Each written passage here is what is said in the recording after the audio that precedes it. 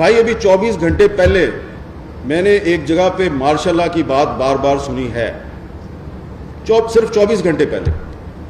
اور اگر میں سمجھتا ہوں کہ اگر آپ نے پاکستان میں دوبارہ ایسے حالات پیدا کیے سیاسی جماعتوں نے یا کسی اور نے اور مارشاء اللہ لگ گیا تو اس سے پاکستان کو نقصان ہوگا. مارشاء اللہ نے ہمیشہ پاکستان کو نقصان پہنچایا. پاکستان جب ٹوٹا تو مارشاء اللہ تھا. آپ کہتے ہیں کہ جو ایسٹ پاکستان میں آپ کی ڈیفیٹ تھی، ملٹری ڈیفیٹ نہیں تھی، پولیٹیکل ڈیفیٹ تھی. چلے مان لیتے ہیں پولیٹیکل ڈیفیٹ تھی. پولیٹیکل ڈیفیٹ اس لیے تھی کہ شیخ مجیب الرحمان کے خلاف پاکستان آرمی کا ایک فوجی جنرل غلام عمر جو ہے اس نے ایک سیل بنایا ہوا تھا اور وہ شیخ مجیب الرحمان کے سیاسی مخالفین میں پیسے بانٹتا تھا. جیسے بعد میں 88 میں بھی IGI بنائی گئی اور پیسے بانٹے گئے اور اس کے بعد بھی پیسے بانٹے گئے، تو 1970 کے الیکشن میں یہ کام شروع ہوا، پولیٹیکل انٹرونشن، اور ابھی تک یہ سلسلہ چل رہا ہے. تو شکر ہے کہ 1970 میں پاکستان کا میڈیا آزاد نہیں تھا، ورنہ آج آپ نے کہنا تھا کہ وہ پاکستان جو ہے وہ انڈیا نے نہیں توڑا تھا، وہ پاکستان کے میڈیا نے توڑ دیا تھا. آپ نے یہ کہنا تھا. میں بار بار کہہ رہا ہوں صرف حکومت تبدیل ہوئی ہے، میڈیا کے حالات تبدیل نہیں ہوئے، یہ پارلیمنٹ کے حالات بھی تبدیل نہیں ہوئے. یہ دیکھیں، یہ کامران مرتضیٰ صاحب یہ سینٹ کے ممبر ہیں، یہ سپریم کورٹ بار ایسوسی ایشن کے سابق صدر ہیں.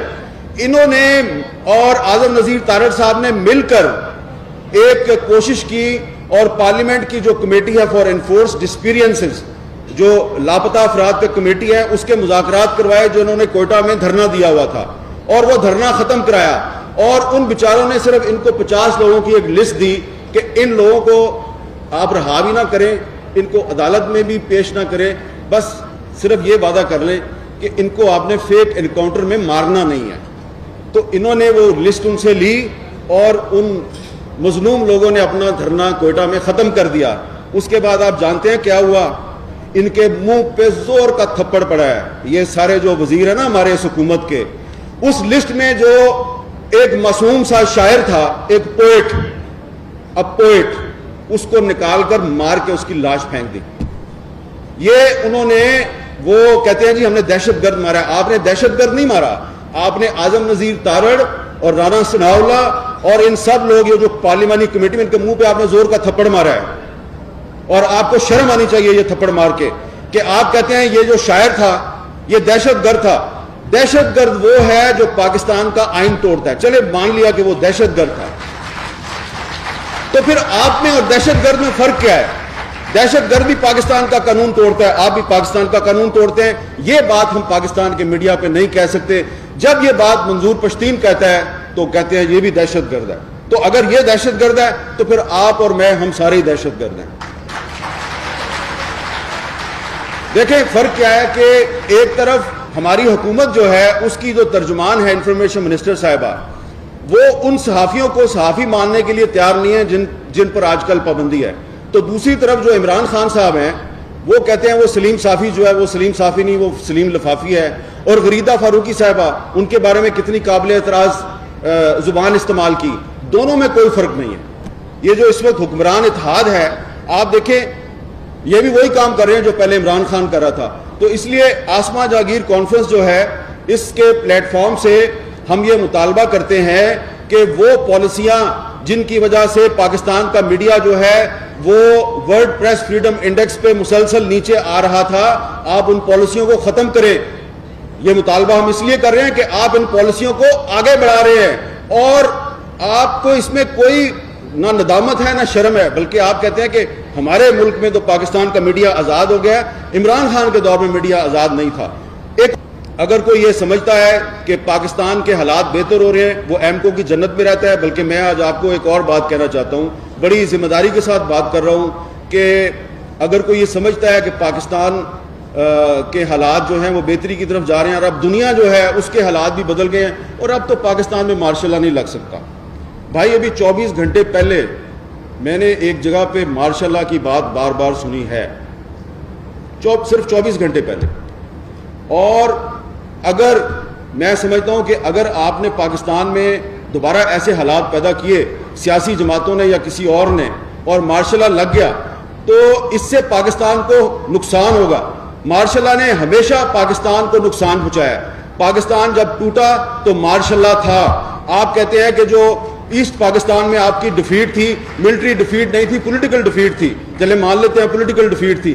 پولیٹیکل ڈیفیٹ اس لیے تھی کہ شیخ مجیب الرحمان کے خلاف پاکستان آرمی کا ایک فوجی جنرل غلام عمر جو ہے اس نے ایک سیل بنایا ہوا تھا اور وہ شیخ مجیب الرحمان کے سیاسی مخالفین میں پیسے بانٹتا تھا. جیسے بعد میں 88 میں بھی IGI بنائی گئی اور پیسے بانٹے گئے اور اس کے بعد بھی پیسے بانٹے گئے, تو 1970 کے الیکشن میں یہ کام شروع ہوا, پولیٹیکل انٹرونشن, اور ابھی تک یہ سلسلہ چل رہا ہے. تو شکر ہے کہ 1970 میں پاکستان کا میڈیا آزاد نہیں تھا, ورنہ آج آپ نے کہنا تھا کہ وہ پاکستان جو ہے وہ انڈیا نے نہیں توڑا تھا, وہ پاکستان کے میڈیا نے توڑ دیا تھا, آپ نے یہ کہنا تھا.